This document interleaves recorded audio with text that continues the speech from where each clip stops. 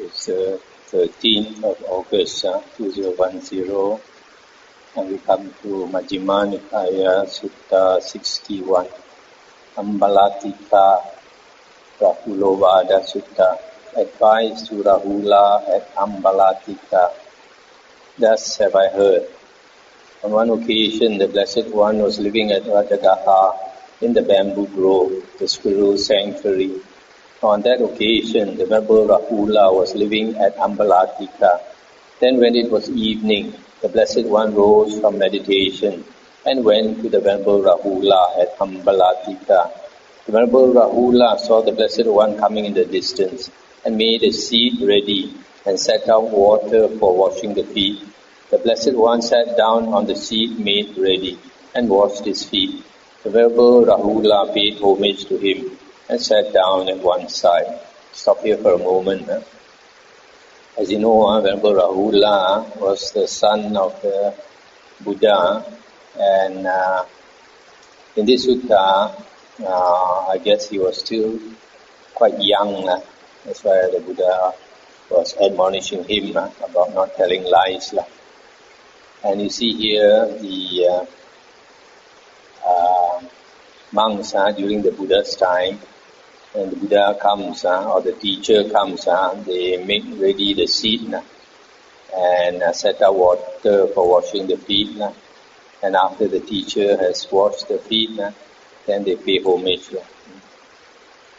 Then the Blessed One left a little water in the water vessel and asked the Venerable Rahula, Rahula, do you see this little water left in the water vessel?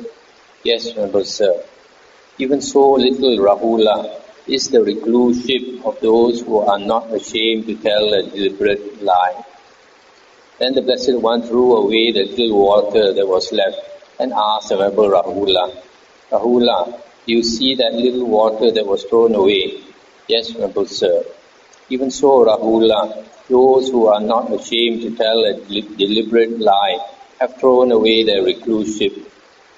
Then the Blessed One turned the water vessel upside down and asked the Venerable Rahula, Rahula, do you see this water vessel turned upside down? Yes, Venerable Sir. Even so, Rahula, those who are not ashamed to tell a deliberate lie have turned their recluseship upside down. Then the Blessed One turned the water vessel right way up again and asked the Venerable Rahula, Rahula, do you see this hollow, empty water vessel? Yes, Venerable Sir. Even so, hollow and empty, Rahula, is the recluseship of those who are not ashamed to tell a deliberate lie. Stop here for a moment. So here you see the Buddha is emphasizing to him through this simile of this empty vessel that if he tells a deliberate lie, his recluseship or monkhood is thrown away like the water and is empty of this monkhood.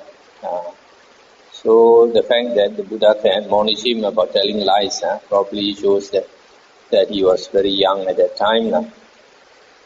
Then the Buddha continued, suppose, Rahula, there were a royal tusker elephant with tusks as long as chariot poles, full grown in stature, high bred and accustomed to battle. In battle he would perform his tasks with his 4 feet and his hind feet, with his 4 quarters and his hind quarters, with his head and his ears, with his tusks and his tail. Yet he would keep back his trunk.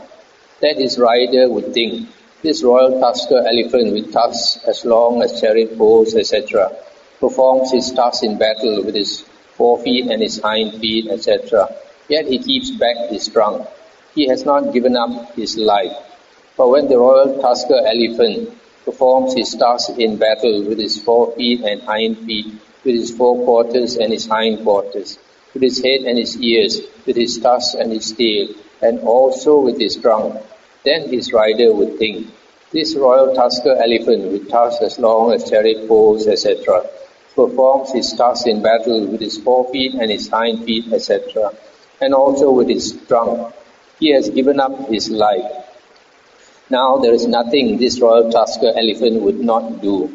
So too, Rahula, when one is not ashamed to tell a deliberate lie, There is no evil, I say, that one would not do. Therefore, Rahula, you should train thus. I will not utter a falsehood even as a joke. I'll stop here for a moment.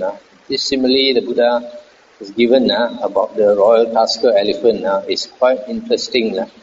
How this elephant can be trained to the extent that he's willing to give up his life. You notice here, the one who has not yet been trained to that stage, he keeps back his trunk. Why? Because his trunk is the softest part. It's most, it's most, it's most delicate, or it's most, his weakest point is his trunk. So, but when he's willing to even use his trunk in battle, then he's willing to lay down his life. So well has been this elephant has been trained. So the Buddha uses the converse to say that if a person is not ashamed to tell a deliberate lie, then there is no evil. Then he will not do because he's a shameless person.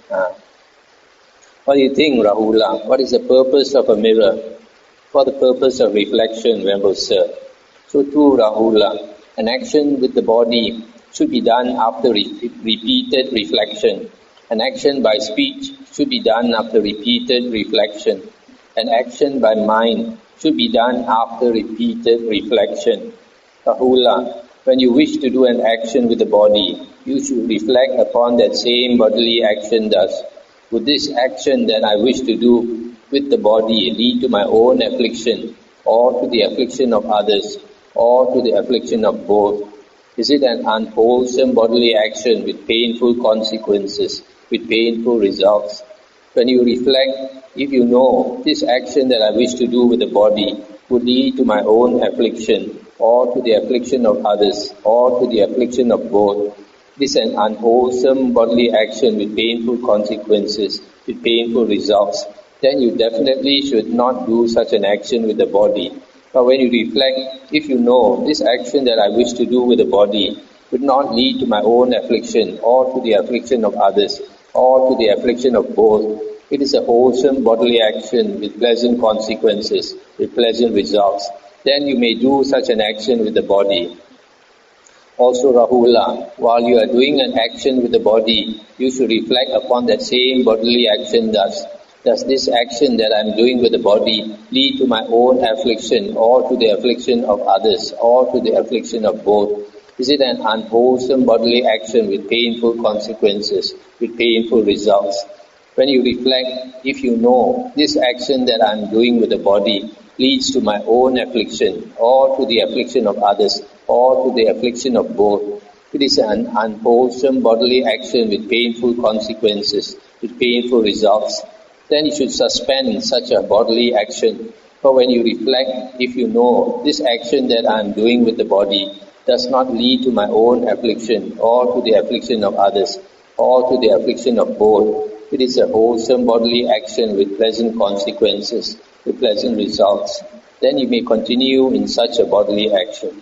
Also, Rahula, after you have done an action with the body, you should reflect upon that same bodily action thus.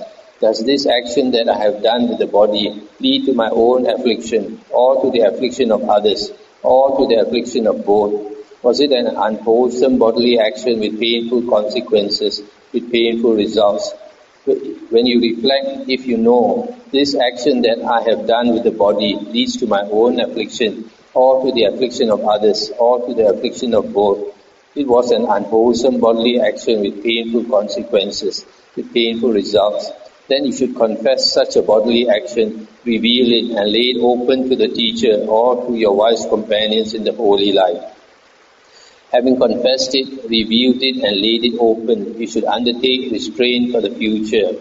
But when you reflect, if you know this action that I have done with the body does not lead to my own affliction, or to the affliction of others, or to the affliction of both, it was a wholesome bodily action with pleasant consequences, pleasant results. You can abide happy and glad, training day and night in wholesome states. I'll stop here for a moment. So here, the Buddha is saying that bodily action, you should reflect before you do any bodily action. Consider whether it's wholesome or unwholesome.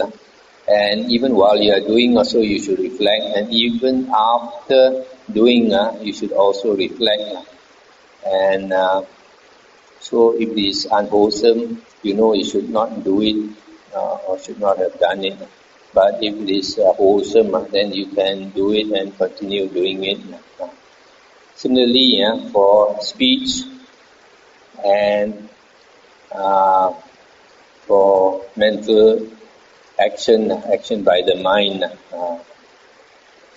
Rahula, whatever recluses and Brahmins in the past purified their bodily action, their verbal action, and their mental action, all did so by repeatedly reflecting thus. Whatever recluses and Brahmins in the future will purify their bodily action, their verbal action, and their mental action, all will do so by repeatedly reflecting thus. Whatever recluses and Brahmins in the present are purifying their bodily action, their verbal action, and their mental action, all are doing so by repeatedly reflecting thus. Therefore, Rahula, we should train thus. We will purify our bodily action, our verbal action, and our mental action by repeatedly reflecting upon them. That is what the Blessed One said. The Venerable Rahula was satisfied and delighted in the Blessed One's words. That's the end of the sutta. In the holy life or the spiritual path, when we practice the spiritual path, the very basic, the first thing that we should practice is to be careful of these three karmas through the body, speech and mind. That is a very basic thing. That is the first step. If we cannot cultivate wholesome karma through the body, speech and mind, and avoid unwholesome karma, then this very first step, if we can't do, then we cannot progress at all on the spiritual path. And that is why the Buddha's words are so important. So, like this first part, the Buddha is talking about lying, telling Rahula not to tell any deliberate lie. So this lie comes under verbal karma. So, unfortunately, I've seen some monks, because they don't study the suttas, they don't know such basic things, and they go and practice meditation and put a lot of effort and all that. But I see they cannot progress because it's a very basic step. The first step itself, they don't put effort to reflect on their own bodily karma, verbal karma, and mental karma.